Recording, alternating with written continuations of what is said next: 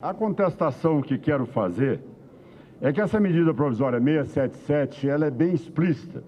Ela autoriza a Companhia Hidroelétrica de São Francisco a participar do Fundo de Energia do Nordeste, com o objetivo de promover recursos para a implementação de empreendimentos de energia elétrica que altera a Lei 11.943 de 2009 e a Lei 10.848 de 2004. Ora, esse é exatamente o tema específico da medida provisória. Vossa Excelência, senhor presidente, já decidiu questão de ordem apresentada à mesa. Tive a oportunidade de formular a questão de ordem, Vossa Excelência, e a mesa já decidiu que matéria estranha ao corpo da medida provisória não poderia ser acolhida pelo relator e deveria ser, sem dúvida nenhuma, rejeitada exatamente no momento em que fosse lida na comissão especial. Senhor presidente, o nobre relator, ele incluiu no texto da medida provisória matéria que nada tem a ver com a Chesf nem a criação de fundo. Ele simplesmente propõe que a CELG, ou seja, a empresa distribuidora de energia elétrica do meu estado de Goiás, tá certo? Que ela realmente pudesse participar dessa medida provisória, onde uma dívida da distribuidora de Goiás, da CELG, ela seria transformada em real, já que quando foi feita, ela foi feita com indexador em dólar, e que o parâmetro, o corte temporal do dólar seria 1º de janeiro de 2015. Senhor presidente, no momento eu formulei a seguinte pergunta ao nobre relator: como é que um deputado ou um senador pode apresentar uma emenda a um texto que inexiste na medida provisória e que é criado da cabeça do relator? A emenda que eu apresentei para poder exatamente completar o acréscimo que o relator fez no projeto de conversão. Então, senhor presidente, torna-se impossível para um senador ou um deputado, já que nós temos 5 dias da edição da medida provisória para que apresentemos as emendas sobre o texto da medida. O senador Pimentel, por exemplo, defendeu essa tese que estava tudo bem. Eu quero saber do plenário como é que algum senador consegue imaginar o que o relator vai incluir no texto da medida provisória.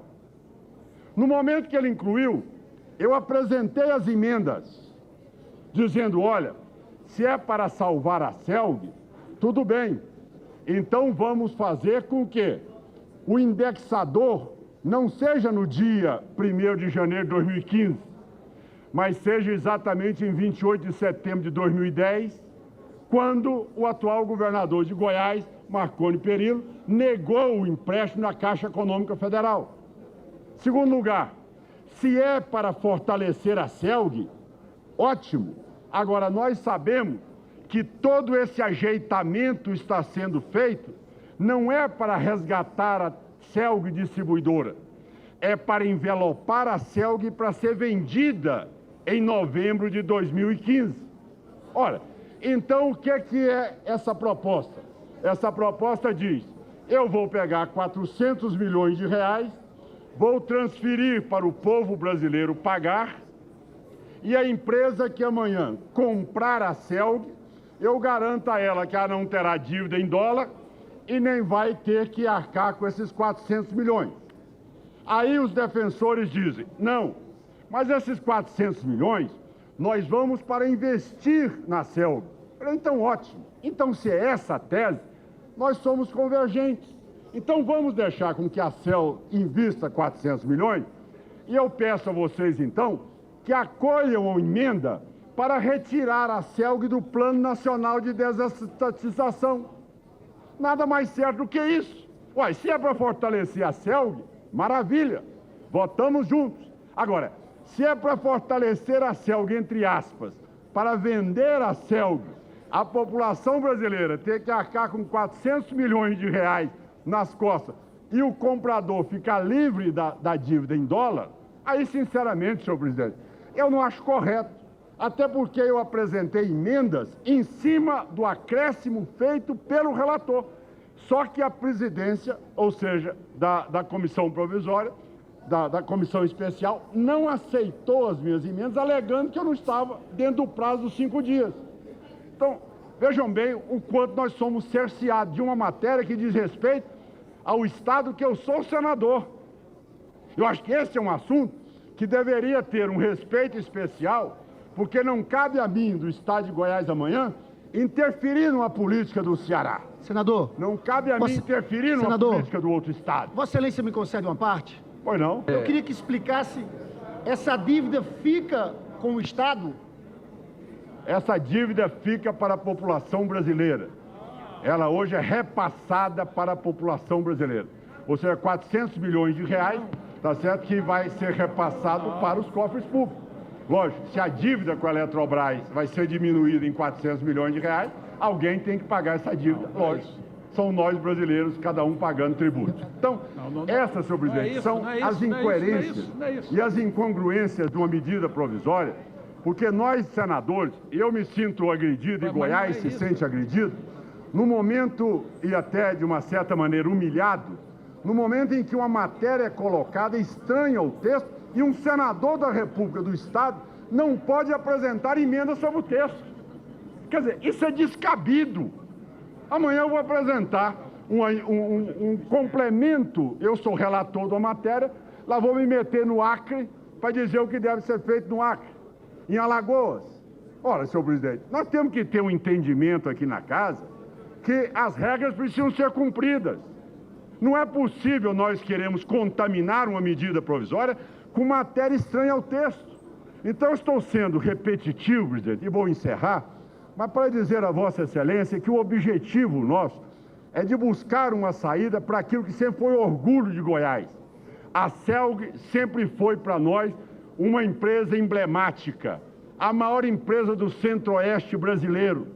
Essa empresa, ela poderia hoje estar cada vez mais incentivando o desenvolvimento do Estado de Goiás. Foi, sem dúvida nenhuma, referência. Agora, infelizmente, a CELG hoje está passando por uma situação calamitosa, onde existe a previsão de que ela será vendida no dia 19 de novembro. Ora, isso para os goianos é um golpe mortal, até porque sempre houve um compromisso de nós podermos resgatar a CELG. Mas, senhor presidente, só mais alguns dados rápidos. Para que a CELG pudesse ter viabilidade, ameaçavam a CELG e diziam: a CELG, ela vai caminhar para caducidade, porque ela não está cumprindo as normas com a ANEEL. Senhor presidente, eu recebo agora um documento do governo aonde a Eletrobras está neste momento, a ANEEL, está neste momento que o Brasil precisa de caixa, senador Delcídio. Gostaria que Vossa Excelência me explicasse isso. No momento que o Brasil precisa de caixa, governador Jader Barbalho, como é que 42 distribuidoras de energia elétrica no país estão recebendo um aditamento de mais 30 anos de concessão sem ir para licitação, de graça?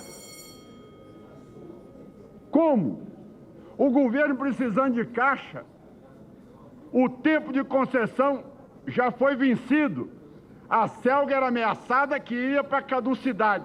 As outras 42 foram renovadas por mais 30 anos, de graça. Zereta na caderneta, nada para o governo. Que bondade é essa do governo que está dizendo que precisa de caixa? Agora, a Eletrobras assumiu a CELG de Goiás, 51% da CELG. Tem 3 anos que a Eletrobras está. A CELG é hoje, não é dados do Ronaldo Caiado, também da ANEEL, é a pior distribuidora de energia elétrica do país. há 3 anos. Então, senhor presidente, o que é que vai acontecer? O que nós estamos vendo é que a Eletrobras vende a CELG, fica com 51% da CELG. Nós, goianos, ficamos com 49%. Assumimos uma dívida na Caixa Econômica Federal de 5 bilhões e 200 milhões. E ainda temos o passivo da CELG. E o povo brasileiro ainda vai receber mais 400 milhões para pagar, para que a CELG seja vendida em novembro. Olha, então, senhor presidente, eu quero deixar claro que, em primeiro lugar, eu, como senador da República, me senti extremamente afrontado no momento em que minhas emendas não foram acolhidas. Essa é a questão de ordem que formula a mesa.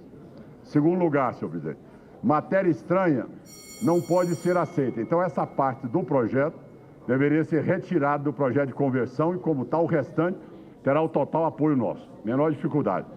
Em terceiro lugar, senhor presidente, é que essa discussão ela deve ser feita na comissão especial com a presença de todos e não, no último dia, às vésperas do vencimento do prazo, chegar com o projeto para ser apresentado aos demais membros numa sexta-feira e a matéria votada numa terça-feira. São as posições que quero deixar claro. A minha posição é favorável à medida provisória 677, desde que haja a exclusão do texto do assunto específico da CELG Goiás e, a partir daí, senhor presidente, possamos debater esse assunto com as emendas apresentadas. Ganhar ou perder é normal, não discutirei, estou preparado para o jogo. Agora, não posso ser cerceado no direito texto que não existia na medida provisória. São essas as posições que eu quero deixar claro e votarei favoravelmente ao texto e peço aos demais pares que no destaque de votação em separado, que Vossas Excelências me dê oportunidade para excluir única e exclusivamente este ponto que trata da CELG Goiás. Muito obrigado, senhor.